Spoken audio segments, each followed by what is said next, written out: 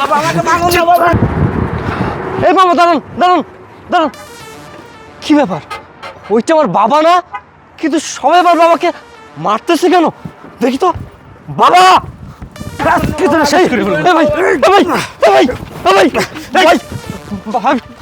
আপনার আমার বাবাকে মারতেছেন কেন? তোর বাবা মানে কে তুই? আমি একজন প্রবাসী, এটা আমার বাবা। আপনারা আমার বাবাকে কেন মারতেছেন? হেই, তোর বাবাকে কেন মারবো না? তোর বাবা কি করছে জানিস? এই যে এই আপুর ব্যাগ চুরি করে পালাচ্ছিল, আর তুই কি বললি তুই একজন প্রবাসী? হেই, তুই কেমন প্রবাসী রে?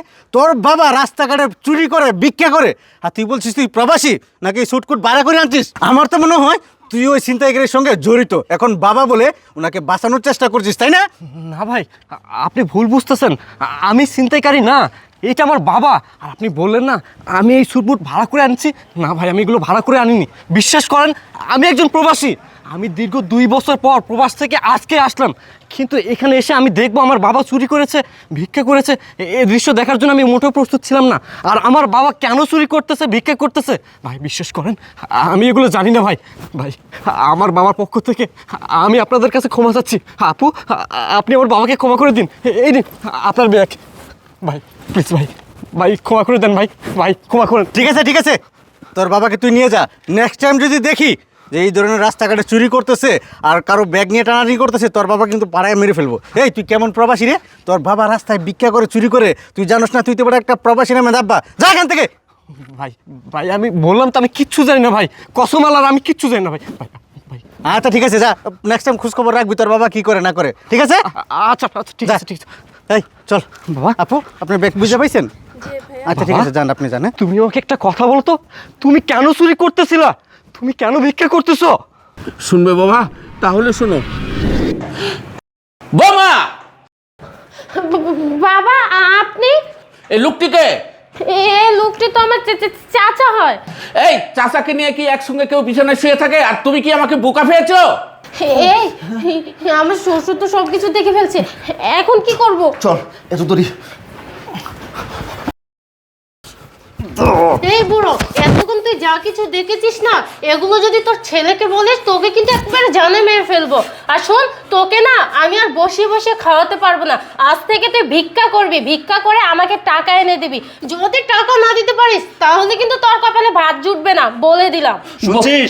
শোন বুঝিয়া, যা যা দেখছিস, তোর ছেলেকে যদি এইসব কথা বলিস তাহলে তোর অবস্থা একটা করে দেব, বুঝতে পারছিস? বৌমা, তোমরা আমাকে মেরো না, আমার ছেলেকে আমি কিছু বলবো না বৌমা। এই বুড়ো, যা ভিক্ষা করতে যা। তোর না বসে বসে খাইতে তেল জমে গেছে। তুই ভিক্ষা করে যা টাকা পাবি সব আমার কাছে এনে দিবি, বুঝেছিস? যা যা বলছি, যা। এবার ঠিক আপদ আছে। একটা, চলো এবার তো বাসা ফাঁকা। শুনলে বাবা? হ্যাঁ শুনলাম, এত কিছু হয়েছে, তুমি আমাকে একটা বারও জানো নাই? তুমি তো আমার একটা বার ফোন দিয়ে জানাইতে পারতা, কেন জানো নাই? জানো বাবা, আমি যখন তোমাকে ফোন করতাম তখন বৌমা আমার হাত থেকে ফোন কেড়ে নিয়ে আমাকে মারধর করতো, আর রাস্তায় বলে রাস্তায় যা ভিক্ষা করে খাও। বাবা, এসব আমি কি শুনলাম বাবা? বাবা, ওই কানলাগিন্নি এত বড় দুঃসাহস, তোমার উপরে এতটা অন্যায় অবিচার হয়েছে। বাবা, সব কিছুর একটা শেষ আছে। আমি প্রবাস জীবনে এত এত পরিশ্রম করতেছি, এত এত কষ্ট করতেছি, কার জন্য? শুধুমাত্র তোমার জন্য। বাবা, আমি ওই কানলাগিনিকে ছাড়বো না। আজকে হবে ওর সাথে আমার শেষ খেলা, শেষ বোঝাপড়া। চলো আমার সাথে বাসায়, চলো।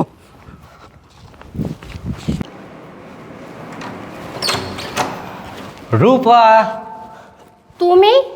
হ্যাঁ আমি। সারপ্রাইজ। হ্যাঁ সারপ্রাইজ। কেমন আছো তুমি রূপা? ভালো আছি, তুমি কেমন আছো? আমি এই তো আছি আলহামদুলিল্লাহ। এই তুমি আমাকে না জানিয়ে দেশে চলে আসলে যে?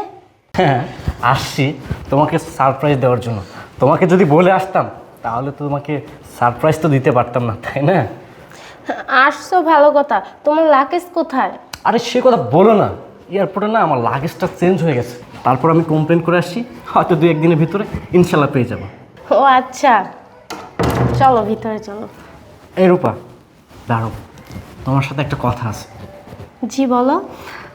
আচ্ছা, আমি যখন প্রবাসী মাটিতে ছিলাম তখন বুঝছো আমাদের পাড়া প্রতিবেশী ইভেন আমার বন্ধু বান্ধব আমাকে ফোন দিয়ে বলতো, আশরাফ তোমার বউয়ের চরিত্র ভালো না, তোমার বউ অন্য একটা ছেলের সাথে সম্পর্কে জড়াইছে। দিনের পর দিন তোমার বউ সেই ছেলেকে নিয়ে তোমারই বাসায় একান্তের সময় কাটায়। এই ঘটনা কি সত্যি? এই তুমি কি পাগল হয়ে গেছো? তুমি মানুষের কথা শুনে তুমি আমাকে এগুলো জিজ্ঞেস করছো? আরে তুমি জানো না, এই দুনিয়ার মানুষগুলো হলো পরের সুখ দেখতে পারে না। আমরা তো অনেক ভালো আছি, ভালো খাচ্ছি, আর বাট তুমিও আমাকে অনেক ভালোবাসো, কেয়ার করো, এগুলো না কিছু কিছু মানুষের সহ্য হচ্ছে না। তার জন্যই তোমার সাথে আমার ঝগড়া লাগানোর জন্যই তোমাকে এই মিথ্যা কথাগুলো বলেছে। হ্যাঁ, হতেও পারে। আচ্ছা, আমি এটাও শুনেছি তুমি নাকি আমার বাবাকে দিয়ে ভিক্ষা করো। আমার বাবা কোথায়? আরে আশরাফ, তুমি এটা কোনো কথা বললা? বলো তো, তোমার বাবা মানেই তো আমার বাবা, তাই না? আর বাবা না একটু বাজারে গেছে বাজার করতে। ও আচ্ছা। এই রূপা, কে আসলো রে? রূপা, এই লোকটিকে? ইনি তো আমার দূর সম্পর্কের চাচা হয়। ও চাচা, তাই না? মুরব্বি, আপনাকে যদি আমার স্ত্রীর সাথে বিয়ে দিই তাহলে আপনার কেমন লাগবে বলুন তো? আরে আশরাফ, তুমি এসব কি বলছো? উনি আমার চাচা হয়, আর একজন চাচার সাথে কিভাবে বিয়ে হয় বলো? লজ্জা করলো না নিজের নাগরকে চাচা বলতে? তোর মতো জঘন্য মানুষ আমি আর আমার লাইফে আর একটাও দেখি নাই। তুই কি ভাবছিস আমি কিচ্ছু জানি না? আমি খুব ভালো করে জানি। তুই বললি না এটা তোর চাচা, না এটা তোর চাচা নয়, এটা তোর নাগর। এবং আমি এটাও জানি আমার বাবা বাজারে যায় নাই। আমার বাবা কোথায় গিয়েছে? দাঁড়া, আমি তোকে দেখাচ্ছি। বাবা, ভিতরে আসো, ভিতরে আসো। তুমি দেখ তো এই মানুষটাকে চিনতে পারিস কি না? ভাবতেছিস যে মানুষটা রাস্তায় থাকা উচিত ছিল, ভিক্ষা করা উচিত ছিল, সেই মানুষটাই তৎক্ষণাৎ হুট করে কিভাবে আমাদের সামনে দাঁড়িয়ে গেল। আর তুই কি অবাক হয়েছিস? তার থেকে অবাক হয়েছি আমি বেশি। তোর এই রূপ দেখে, তোর এই চেহারা দেখে। আমি কাদের জন্য কি করতেছিলাম? আমি প্রবাসের মাটিতে এতদিন যাবৎ পরিশ্রম করতেছি শুধুমাত্র এই পরিবারটার জন্য, তোদের চিন্তা করে। আমি রাত দিন পরিশ্রম করে গেছি, নিজের কথা একটা বড় ভাবি নাই, নিজের দিকে একটা বড় তাকাই নাই। খুব ছোট্টবেলায় আমি আমার মাকে হারাইছি। আমি আমার মা বাবা বলতে আমার বাবাকে বুঝতাম। আমার বাবা আমাকে কোলে পিঠে করে মানুষ করেছে, মানুষের ক্ষেত্রে কামনা দিয়েছে, দিন মজুরি কাজ করেছে। এই কাল নাগিনি, আমি তোকে কেন বিয়ে করছিলাম? কিসের জন্য তোকে বিয়ে করছিলাম? তোকে বিয়ে করছিলাম শুধুমাত্র এই পরিবারটার জন্য, আমার বাবাটার জন্য। কারণ আমার বাবা ছাড়া এই দুনিয়াতে আমার আর কেউ নাই। আমি যখন আজকে প্রবাস থেকে আসতেছিলাম তখন দেখতেছি আমার বাবা চুরি করতেছে, ভিক্ষা করতেছে। এই দৃশ্য দেখার জন্য আমি কি প্রবাসে গিয়েছি?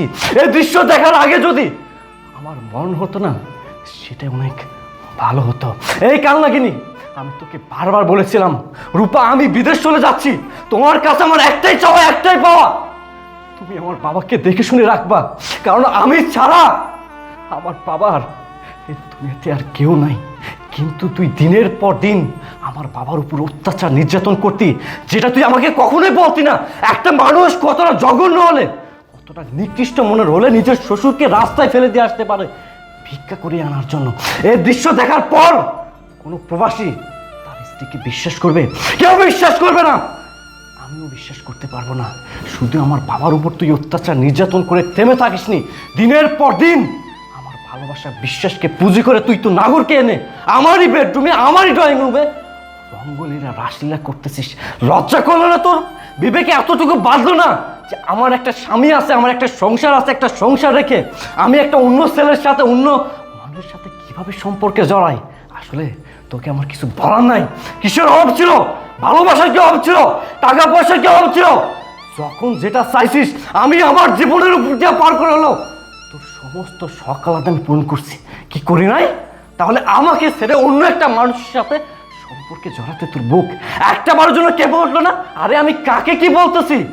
এতটুকু বিবেক, মনুষ্যত্ব বোধ যদি তোর থাকতো তাহলে এমন জঘন্য কাজ তুই কখনো করতে পারতি না। সব কিছুর একটা শেষ আছে। এই কাল নাগিনি, তুই কি ভাবছিস তোকে এমনি এমনি ছেড়ে দেবো? না, তোকে তো এমনি এমনি আমি ছাড়বো না। তোকে যদি আমি ছাড় দিই তাহলে আবারও কোন প্রবাসীর স্ত্রী তার শ্বশুরের সাথে এমনটা করতে পারে, আবার কোনো প্রবাসীর ভালোবাসা বিশ্বাসকে ভেঙে দিতে পারে। আর এই মুরব্বী, তুই তো একজন মুরব্বী মানুষ, তুই কিভাবে পারলি একজন মুরব্বী হয়ে একটা হাঁটুর বয়সী মেয়ের সাথে সম্পর্ক করতে, রঙ্গলীলা রাসলীলা করতে? আরে তোর তো এক পা কবরে গেছে। ভাই আমার কোনো দোষ নাই, আপনার ওয়াইফ যা বলছে আমি তাই করে গেছি। এই তুই কেন করবি সেটা? তোর কি ন্যূনতম বিবেক নাই? তোর কি ন্যূনতম মনুষ্যত্ব বোধ নাই? তোর কি একটা বারের জন্য মনে হয় নাই তুই যা করেছিস অন্যায় করেছিস? তুই কি জানতি না আমার স্ত্রী বিবাহিত? তুই কিভাবে পারলি আমার সংসারটা নষ্ট করতে, আমার ভালোবাসা নষ্ট করতে? তুই শুধু আমার সংসারটাই নষ্ট করিস নাই, তুই দিনের পর দিন আমার বাবার উপর অত্যাচার নির্যাতন করে গেছিস। না না, তোদের মতো জানোয়ার নোংরা মানুষদের আমি ছাড়বো না। আমি এখনই তোদেরকে থানায় নিয়ে যাব, যেন ভবিষ্যতে এমন কোনো কাজ কেউ করার সাহস না পায়। বাবা তুমি ভিতরে যাও, আমি এখনই ওদেরকে থানায় নিয়ে যাচ্ছি। যাও। এই কোথায় যাচ্ছিস? আয় আয়।